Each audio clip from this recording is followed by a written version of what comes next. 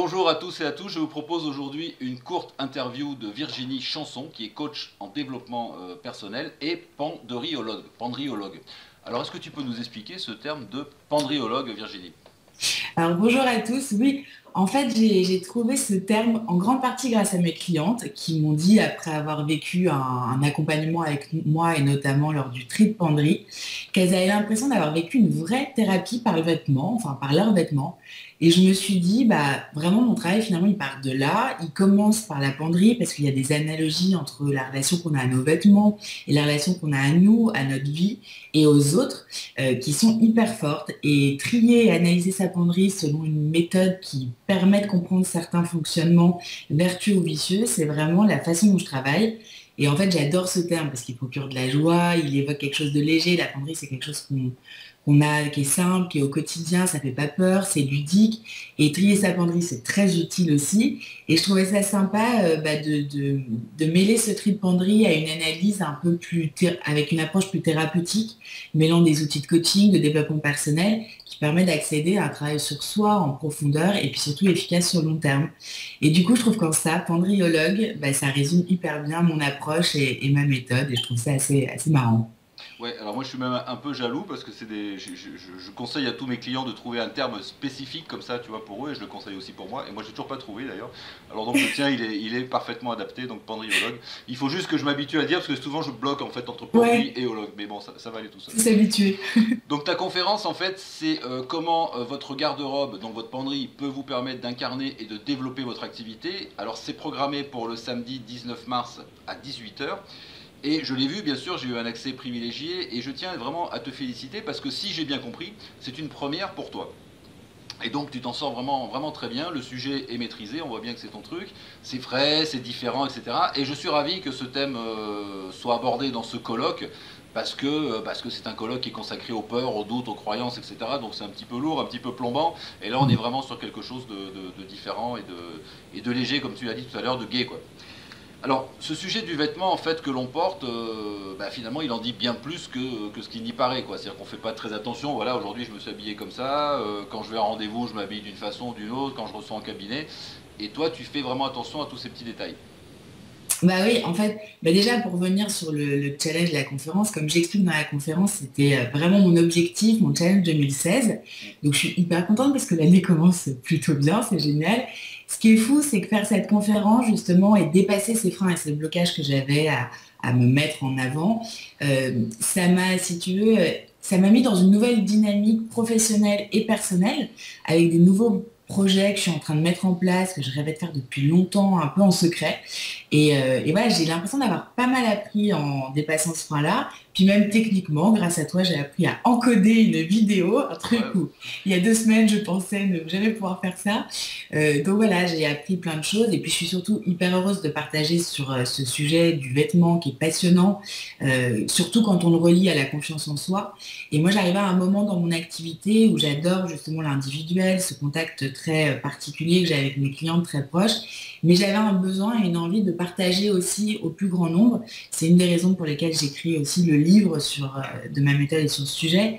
Mais pouvoir partager des outils qui peuvent être aussi puissants, parce qu'à partir du moment où on se sent bien dans son corps, on se sent bien dans sa tête, et l'inversement est vrai aussi, mais du coup, de proposer non pas un avant-après en photo de transformation comme en relooking, mais un bel avant-après qui va être justement humain, émotionnel, physique, pour que la cliente se sente capable et enfin d'oser et de paraître soi, bah, c'est ce qui me fait vraiment vibrer, quoi. Donc, je suis ravie de partager là-dessus.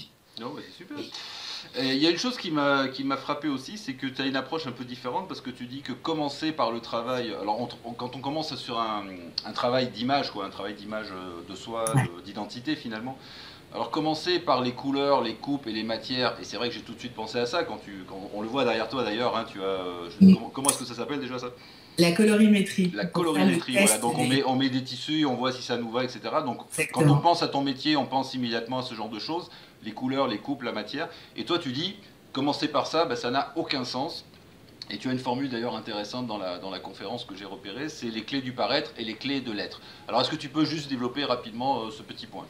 Ouais, alors en fait c'est vraiment c'est une approche qui n'engage que moi, mais pour avoir travaillé beaucoup en conseil en image pure au début justement, euh, enfin sur le long terme, de parler des couleurs et des matières et des coupes c'est très bien, mais sur le long terme, ça va pas permettre un réel changement en profondeur, parce que finalement en une journée, 2 jours ou 4 heures, on n'a pas le temps d'aborder vraiment le fond du sujet. Est-ce que les personnes ont envie de travailler chez elles?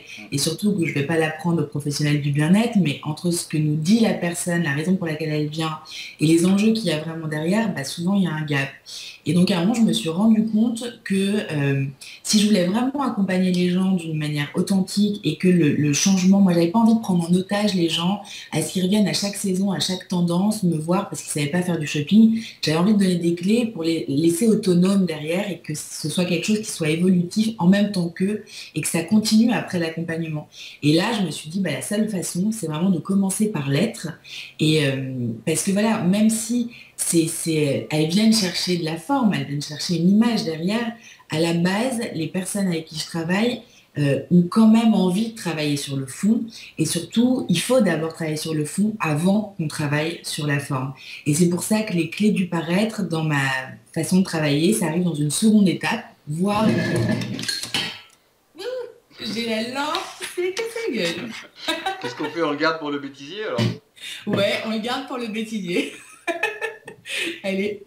Et donc voilà, il y a eu vraiment travailler sur les deux, c'est vraiment essentiel, mais à mon sens, il faut d'abord travailler sur la personne pour déjà valider ses envies, ses enjeux, ses objectifs. Et puis surtout, moi, ce qui m'intéresse, c'est de faire en sorte que la personne apprenne des choses sur elle et de ses comportements.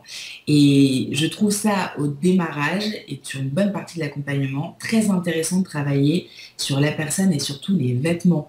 Si tu as des vêtements dans ta penderie, c'est qu'il y a une raison. Enfin, il y a une raison. Ils ne sont pas là par hasard. Ils t'ont servi à quelque chose à un moment donné. Ils te servent peut-être encore. Mais ce qui est intéressant, c'est de savoir justement aujourd'hui si ces vêtements, ils sont toujours bien pour toi. Est-ce que toi, ils te mettent dans une bonne énergie. Et c'est important déjà de travailler sur la personne et ce qu'elle a déjà avant de l'emmener ailleurs. Je souris Voilà. Virginie parce que je t'ai posé une question et je vois que je t'ai relancé et que la conférence est pratiquement démarrée quoi. Voilà, non mais je Donc on sais est pas en pourquoi. train de donner la conférence directement.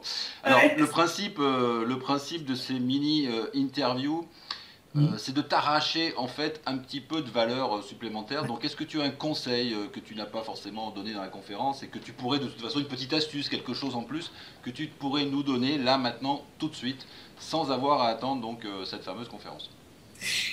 Alors, c'est pas vraiment une astuce, c'est un défi. Je pense qu'il y a vraiment dans ce milieu, notamment de la mode et de l'image, il y a un truc essentiel, c'est de renouer avec cet essentiel et de renouer avec le plaisir. Et donc, l'idée, c'est de se dire que la mode est un vaste terrain de jeu et qu'il faut s'amuser, il faut arrêter de se prendre au sérieux et de prendre aussi la mode au sérieux.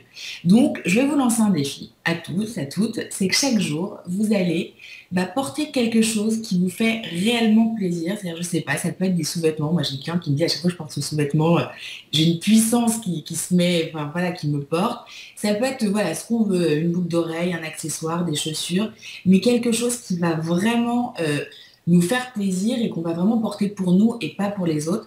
Et en fait, dans ce défi, je vous demande simplement de retrouver un peu d'innocence et de vous mettre dans la peau de l'enfant. C'est très marrant, les enfants le matin, quand on les habille, j'ai des amis qui ont des enfants, moi j'en ai pas encore, qui me disent que ils choisissent pas du tout en fonction des autres, ils choisissent juste en fonction de ce qu'ils ont envie, de ce qu'ils aiment et ce qui flash le matin pour eux.